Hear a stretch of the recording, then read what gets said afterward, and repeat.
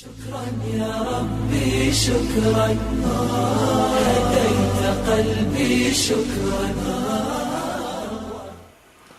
Alhamdulillah, today's topic of discussion, as requested, mashallah, by the team, is the biography of Imam Allah bin Alawi al-Haddad, one of the great personalities of Islam, one of the great awliya Allah subhanahu wa ta'ala, one of the great friends of Allah subhanahu wa ta'ala, the pious ones, alhamdulillah. And the reason why we were requested to speak about this is because the upcoming POE conference, inshallah, which is next Saturday, right? At 6 p.m., inshallah, at Living Arts Center, Rogers Theatre, inshallah. We'll be speaking about some of the topics that are covered in this Imam's books, or specifically in his book called Lives of Imam, which is originally in Arabic but has been translated and it's available and it's published, alhamdulillah. We can purchase it online or find it in the library, inshallah. So, preceding the POE, we wanted to speak about some of the highlights of the life of Imam Abdullah al-Haddad. And before we mention Imam Abdullah al-Haddad, I just wanted to mention, because we are in the month of Jumad al-Thani, so because of adab and respect, because Imam al-Haddad obviously was not from the Sahaba or the Ahlul, but he came later on. But we want to mention that in Jumad al-Thani, there are a few more important events that took place. And one is the birth of Sayyidatina Fatima az-Zahra, radiallahu anha, salamullahi alayha, who was the daughter of Rasulullah, one of the greatest women in history. And also the passing, or the Ursh Sharif, we can say, of Sayyidina Abu Bakr as-Siddiq, which takes place about on the 22nd of Jumad al-Thani. So these are also obviously more important because Ahlul Bayt and Sahaba. We will, inshallah, in the Friday coming, maybe next Thursday, we'll have majlis for them. Next Thursday night dhikr, and Friday in the Jummah khutbah we'll mention some of the virtues of Sayyida Fatima alayhi salam and Sayyidina Abu Bakr as-Siddiq. Now coming to the Imam, Imam Abdullah bin Alawi al-Haddad, this biography can be found on a website called muwasala.org. Maybe some of you have visited it already, muwasala.org. Muwasala.org, if you want to find, mashallah, the English translation of the teachings of the Imams of Yemen, the Sunni Imams, Ahlul Sunnah wal Jama'ah, who are also Sayyids, known as the Ba'alawi clan, who were descendants of Imam al-Hussein, who spread and migrated to Hadramaut, Yemen. So this muwasala.org is a compendium, and it's probably the best website to find English material on either biographies of those Imams, like Imam al-Haddad, or even the works of these Imams, their writings of the previous earlier Imams, even the later Imams of this lineage of the Ba'alawi tariqah. You can find lots of English material on muwasala.org, even questions and answers, fatawa and so forth, from contemporary Imams of this tariqah, like Habib Umar, Habib Ali, Hafidhahullah. You can find them on this website, inshallah. So I took this biography from there, inshallah.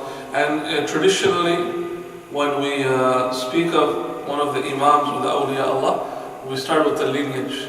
And because he's a Sayyid, he's a descendant of Rasulullah sallallahu alaihi wasallam, from both his father's side and mother's side, we start with their lineage.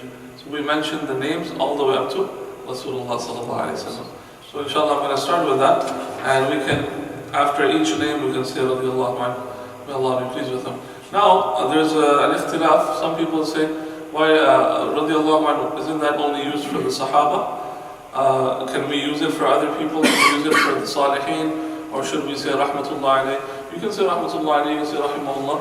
You can also say radiallahu anhu for pious people, because it's not that we're comparing them to the Sahaba, right? Because we know even the great Imams like Shaykh Abdul Qadir Jilani, the greatest of the awliya Allah Qaddasallahu al-Aziz, he even mentioned that any wali, no matter how high they are, he could be the Ghawth or the greatest wali of Allah, is not even compared to the dust.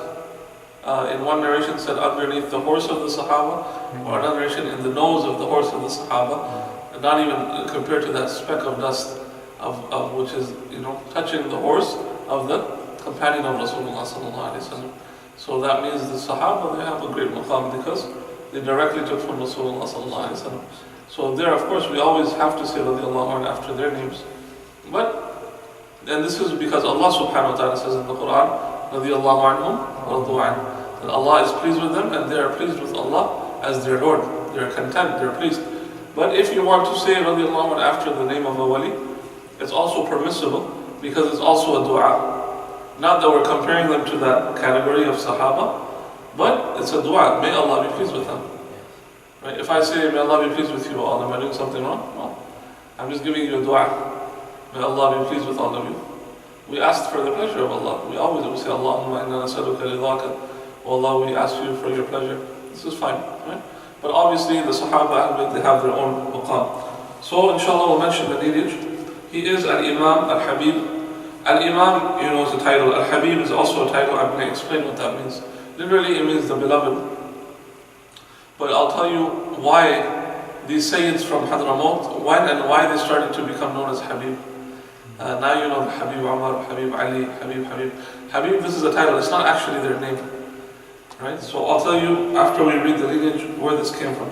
So he is Al-Imam Al-Habib Abdullah radiyallahu anhu bin Sayyid Alawi radiyallahu anhu. من سيد محمد رضي الله عنه من سيد أحمد رضي الله عنه من سيد عبد الله رضي الله عنه من سيد محمد رضي الله عنه من سيد علوي رضي الله عنه من سيد أحمد الحداد رضي الله عنه من سيد أبو بكر رضي الله عنه من سيد أحمد رضي الله عنه من سيد محمد رضي الله عنه من سيد عبد الله رضي الله عنه من سيد أحمد رضي الله عنه من سيد عبد الرحمن رضي الله عنه بن سيد علوي عم الفقيه رضي الله عنه بن سيد محمد صاحب بن باز رضي الله عنه بن سيد علي خالد قسم رضي الله عنه بن سيد علوي رضي الله عنه بن سيد محمد صاحب الصومعة رضي الله عنه بن سيد علوي رضي الله عنه بن سيد عبيد الله رضي الله عنه بن الإمام المهاجر إلى الله أحمد رضي الله عنه بن سيد عيسى رضي الله عنه بن سيد محمد النقيب رضي الله عنه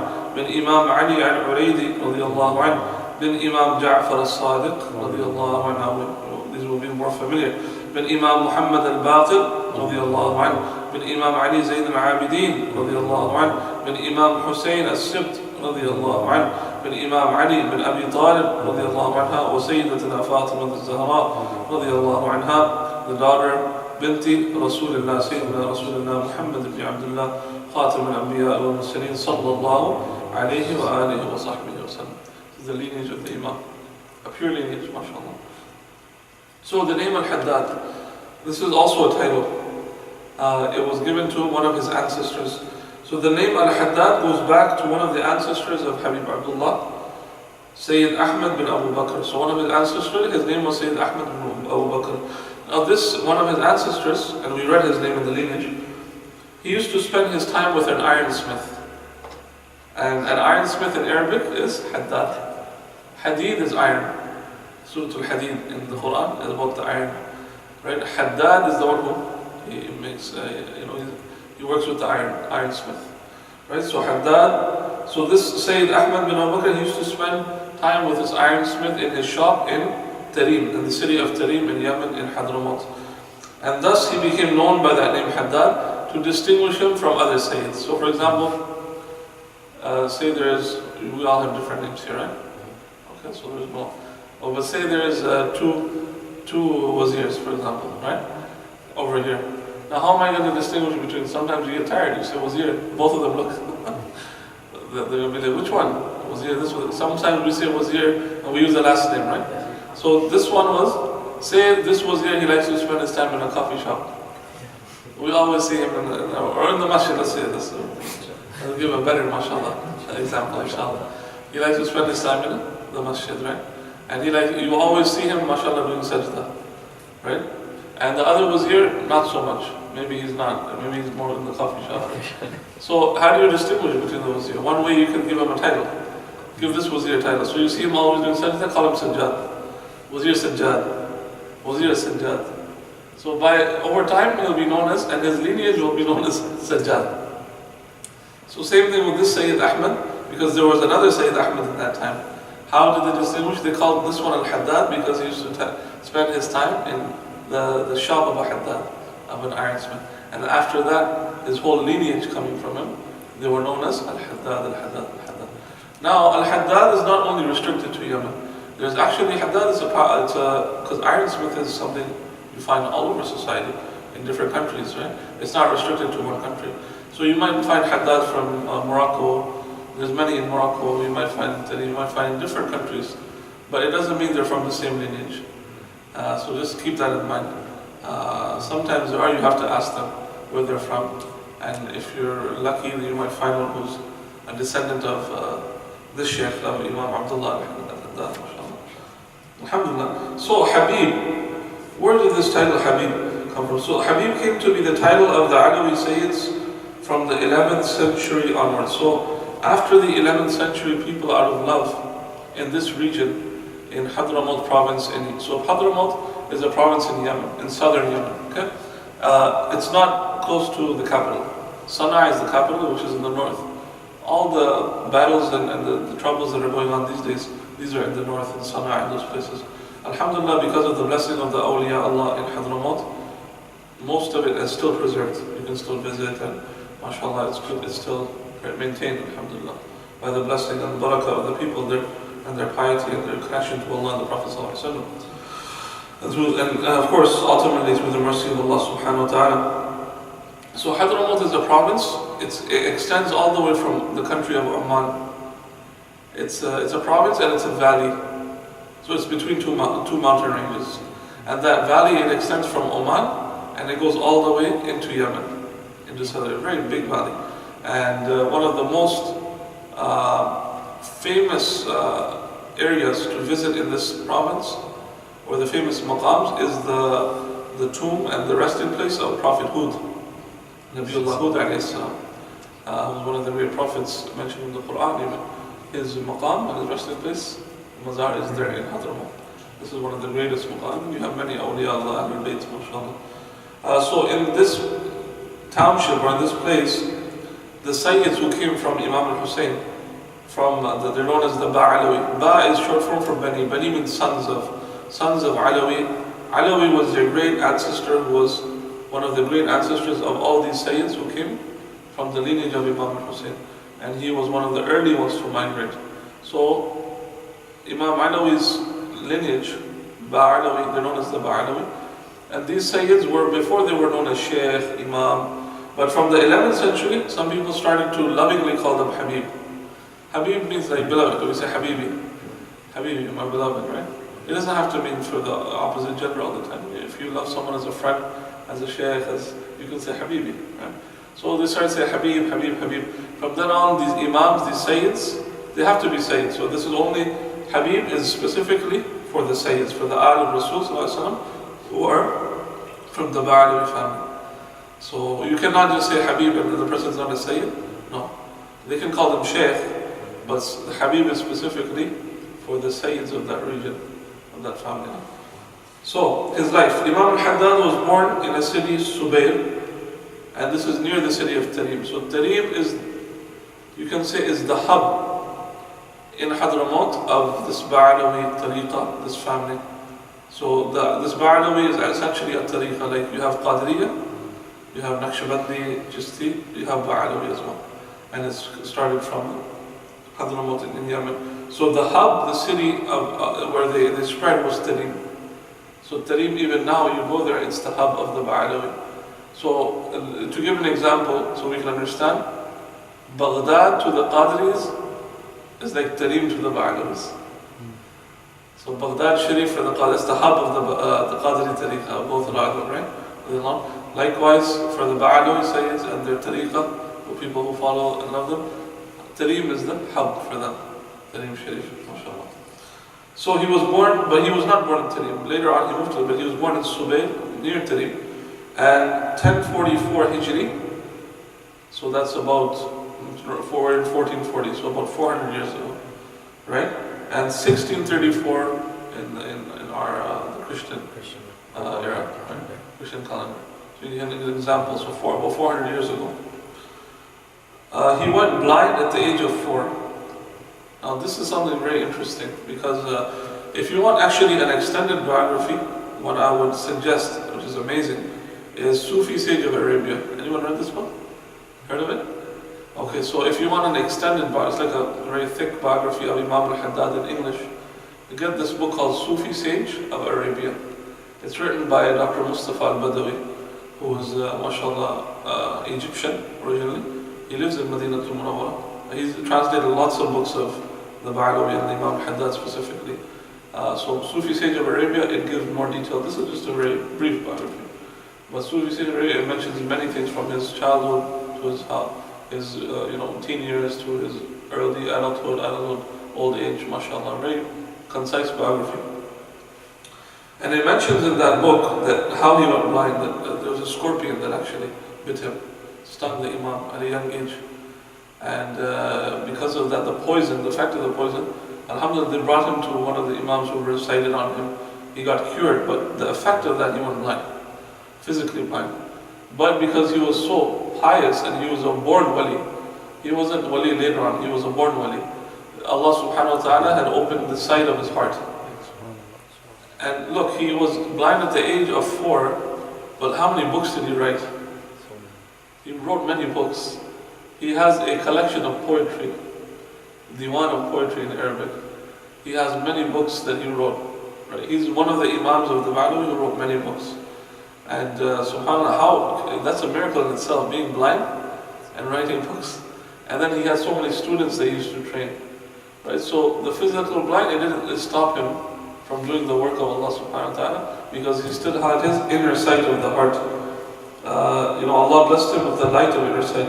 His father directed him to pursue knowledge and to memorize, and he memorized the Quran and the foundational texts of Islamic sciences at an early age. So this was the tradition of those Imams who were going to go into this field, and he was exceptional that he memorized the Quran at an early age, and the foundational texts of that time, the books he learned with the ulama of that time and his father and his family. This was such a society that even the fathers were ulama. Your uncle would be an alim, so you would start learning with your parents, your family, your nearest of kin. You wouldn't really have to go so far. You would learn the basics within your own home. Your mother would be an alim, amazing, subhanAllah. May Allah subhanahu wa ta'ala allow us to, bring that back, right, in society, so that we start from the home, subhanAllah. Among his teachers were Habib Abdullah bin Ahmad bin Faqih, and Habib Umar bin Abdul Rahman al-Attas. So if you have not heard the name al-Attas, this is also another branch of the Ba'alawi. So the Ba'alawi is very big family, and they're all Sayyids, but they have different branches. So you have Haddad, you have Attas, you have Saqaf. These are all branches that are under that tree. He corresponded by letter with Habib Muhammad bin Alawi as-Saqaf. He used to correspond by that time by letter. And Habib Alawi bin Muhammad bin Alawi as-Saqaf, he lived in Mecca. He lived in Mecca at that time. So he also learned from him. And it was through him, Habib Muhammad bin Alawi as-Saqaf, that the Imam received his opening. So he received his spiritual opening. Right? At that time you would learn.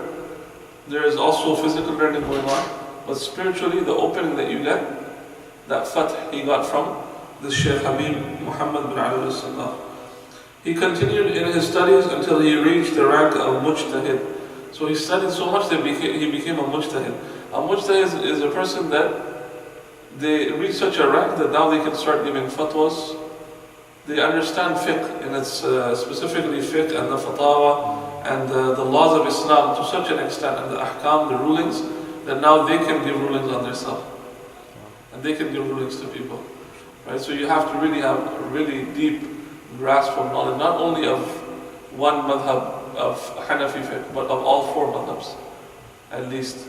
Right? You have to have a deep understanding of from the Hanafi, Shafi, Maliki, Hanbali, and then you have a deep understanding, then you can become a mujtahid if you're lucky. So he was at that rank in terms of his knowledge. His love of knowledge was accompanied with a love of worship. So he didn't just love to learn, he loved to worship Allah subhanahu wa ta'ala. In his childhood, imagine he's a child. When his morning lessons finished, these people, the awliya Allah, they never let any time slip. This is one of the reasons why we mention their biographies is one that, alhamdulillah, we get the mercy of Allah descends when you mention the pious people. In the dhikr al-salihin tunazzilu rahmah. When you mention the salihin, the mercy of Allah subhanahu wa ta'ala descends. And it's a means for us to get forgiven by mentioning these pious people. But also, we mention that maybe there's one snippet, one part of their life that we can try to emulate, or we can at least try to bring it in our life, at least, right? Or at least make the intention. We come here, we learn about this Imam.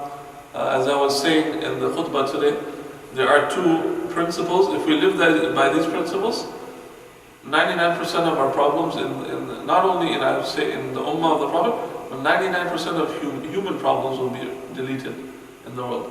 What are these two principles? Number one, in terms of dunya favors, in terms of dunya, so things that Allah subhanahu wa ta'ala has blessed you in dunya. For example, property, these things, house, wealth, health, family, kids, and spouses, wives, things like that Allah subhanahu wa ta'ala has blessed you in this dunya. Look at the person who is lower than you. Look at the person who is not as fortunate as you in terms of dunya. That way you'll always be thankful to Allah subhanahu wa ta'ala. You'll never be jealous. You'll never try to compete with other people. Someone has a better job than you, don't look at that person. Look at the person who has a worse job than you. Look at the person who does not have as much money as you, or doesn't have a better car than you, doesn't have as much food as you do in your fridge, doesn't have clean water, doesn't have a proper even toilet to go to, right? Look at these people, and then you'll say, Allah, alhamdulillah, alhamdulillah, that Allah subhanahu wa ta'ala has not made me like that and give me a better situation and put me in a better scenario than that, alhamdulillah. Principle number one. Principle number two, when it comes to akhirah, when it comes to taqwa and closeness to Allah and the Prophet ﷺ and deen and Islam, when it comes to the blessings of Islam and the blessings of deen, look towards the person who you think is better than you. Obviously Allah knows who's better than who, but look at the person who's doing more than you. Right? If that person is praying more than you, look towards that person. If that person you think has more connection to Allah and the Prophet ﷺ, aspire to the higher one. Right? So in terms of dunya, look at the person who's lower. In terms of akhirah, in terms of deen, look at the person who's higher than you. That way you'll try to aspire to be better. You see, these are the true ones. And imagine if everybody lived by these two principles. Life would be much better. Right?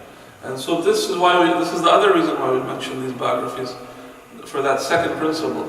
Because they're so pious and they're so, Allah subhanahu wa ta'ala has chosen them. We cannot be like them, but at least we can try to aspire to make ourselves better. Right? Doesn't necessarily even have to do exactly what they did. Maybe we can do a portion of what they did. So, in his childhood, when his morning lessons finished, Imam al-Haddad, he would perform up to 200 rakats of prayer. Nafil, this is nawafil, not the fard. So after his morning lessons, he just attended his lessons.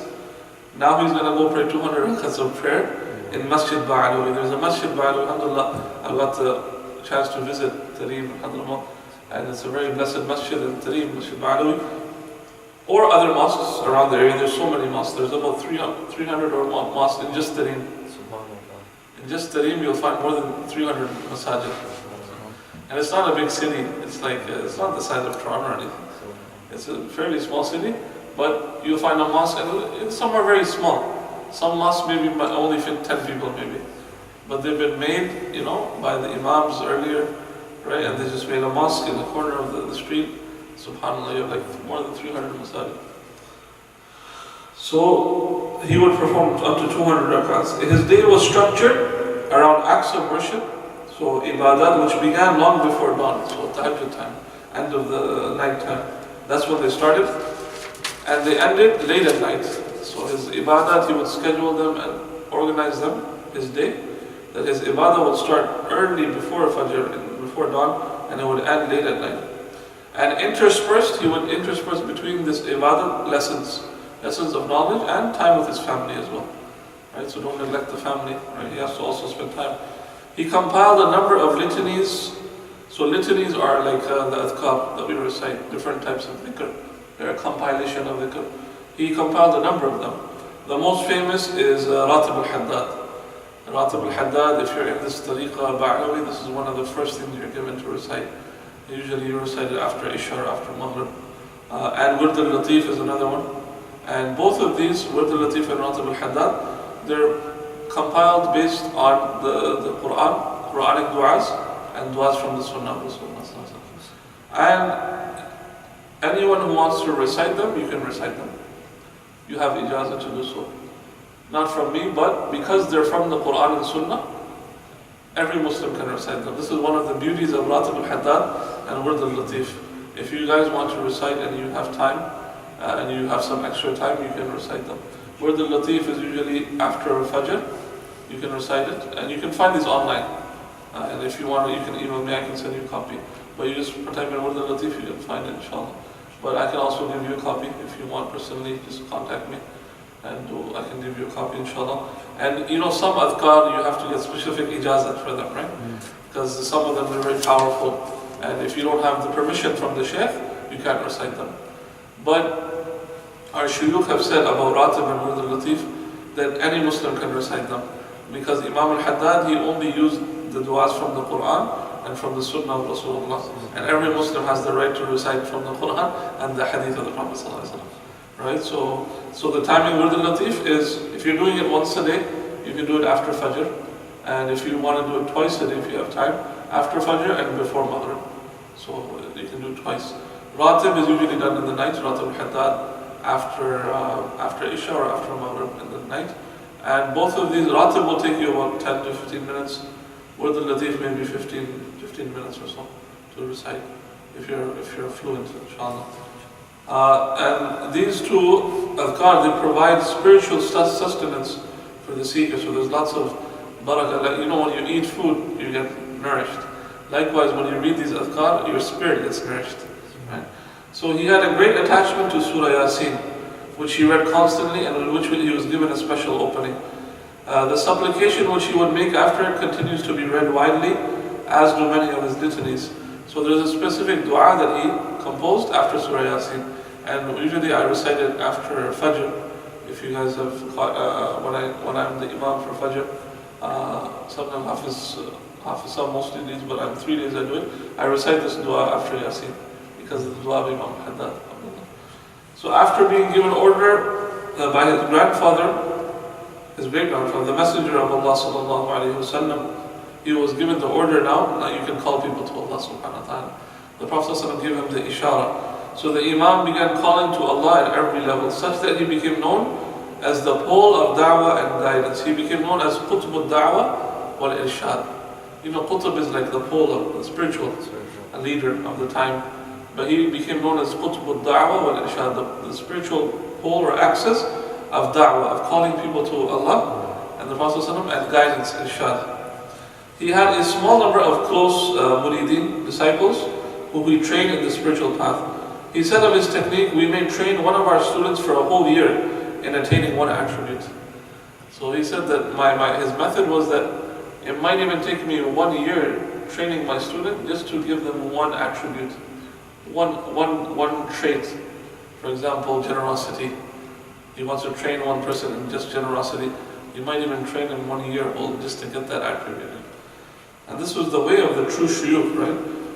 They used to really give training because they're murabbi there, they're training. When you give your hand into somebody's hand as a murid, it's not a joke, right? Nowadays it's taken as a joke. People, not everybody, but a lot of people, they don't understand. Not only do the murideen, they don't understand, but worse is the shuyukh don't understand. They're just looking at numbers. Okay, that's my 10,000th murid, that's my 11,000th murid. But how many, what is your murid? How have you trained the murid? Imam Haddad, he only had a few. He's a big wali of Allah, he only had a few disciples. And he said, I'm going to train them because that's his duty as a shaykh. Right? Are you really learning from me, or is the shaykh just, number? How many murids do I have? Right? It's unfortunate, we should think about these things and Allah make it easy, Allah, give us guidance and guidance, Ya Rabbil Alameen. So he called the scholars to act according to their knowledge. So he even called the scholars, he would give the da'wah to scholars even, because he was a wali of Allah. And he was not only a scholar, but he was one of the righteous ones. And he would call them to become scholars themselves. And he called the rulers and common people alike, because at that time, 400 years ago in Yemen, they had a sultanate. They had kings, and they still had that kind of system. So he would even call the rulers to Islam and the common people even. He didn't just stick to everybody, he would give da'wah. He established a Mawlid in the month of Rajab. Mawlid al-Nabi sallallahu alayhi wa sallam. For those people who think Mawlid is only restricted to Pakistan, India, Mauritius, Bangladesh, Sri Lanka, right? People who only think that this is something new. 400 years ago, before Wahhabis came in, right? Before the fitna of Wahhabiyah and Deobandiyya and so forth, there were people celebrating Mawlid in Yemen. Okay? Not only in Yemen, in Turkey, in Syria, all over the world, wherever there was Muslim. So he established a Mawlid. If you think such an Imam who learned all the sciences of Islam, he learned all the books of Islam, if it was a bid'ah, you think he would do that? No. Right? It's not a regular person doing a Mawlid. This is the Imam of his time. Qutb al-Da'wah al-Irshad. He's establishing Mawlid. That shows this is the barakah, this is something that we do, it's right. We're on the right path here. When we do Mawlid, and we love the Mawlid. So in the month of Rajab, he would feed, so he organized this Mawlid in Nabi Sallallahu Alaihi Wasallam, and he would feed all those attending. So that also shows us that when we give niyaz, when we give barakah, when we get pizza for the youth study circle, this is a tradition of the Imams. It's not just something little. Right? People might say, oh, what is niyaz, what is this? It's not a little thing, mashallah. We're blessed because Allah subhanahu wa ta'ala has given us the tawfiq to follow in their footsteps. Alhamdulillah, right? So he would feed the people. And he would say, subhanAllah, this is a famous quote from him, if they do not benefit from our speech, then we'll place the blessings in the food. You know, some people, how much our attention spans are not so long. We're sitting in a long lecture, sometimes a lecture we're zoned out, right? So Imam Hafiz said, don't worry. If they don't benefit from what we're saying, from my teachings and from my speech, then we'll put the blessing in the food. So there's a blessing in the food. That's why they say niyaz. Niyaz is something which is blessed food. We say langar sharif, niyaz, tabarruk. Because there's blessing in the food, because it's not only just regular food and having lunch or dinner, but it's connected to the majlis of Rasulullah sallallahu alaihi wasallam. It's connected to the dhikr of Allah and the dhikr of the Prophet sallallahu alaihi wasallam, and the dhikr of the Salihin, and it's a traditional. So this is why if you have Garbi Sharif, Mawlid al-Nabi sallallahu alaihi wasallam, the Urs of the Awliya Allah, we always should serve food. And we should serve food, and we should try to serve nice food, right? So that people, they get this food, they give shukr to Allah, and there's blessing in that food, spiritual blessing. He authored a number of books which continue to benefit people generation after generation. One of the qualities of his books, and many of them have been translated in English, they're available for us. His works are clear and they're concise, and they're suitable for our times. He was 400 years ago, but it's as if he's writing for our time. And if one of his books, Book of Assistance, Risalatul Mu'awana, which has been translated as Book of Assistance, subhanAllah, you read it, it's very practical, very applicable in our times, even though he wrote it 400 years ago. So several have been translated into English and other languages. He would dictate large sections of his books to his students without any preparation. The Imam's longest work, Al-Nasih al-Diniyya, contains the essence of Imam al-Ghazali's Ihya Ulumuddin. So if you know Imam al-Ghazali is one of the great ulama, Hujjatul Islam, he wrote a compendium of Islam in Ihya Ulumuddin, 4 volumes, big volumes. If you don't have time to read these, you can read one of Imam al-Haddad's books, which is an abridged version. It contains the essence of the Ihya, the summary of it, right, which is a shorter treatise. It's called Al-Nasih al-Diniyya, and it's been translated as the Councils of Religion. You can find it translated, Councils of Religion. It's the essence of the Ihya Ulumuddin.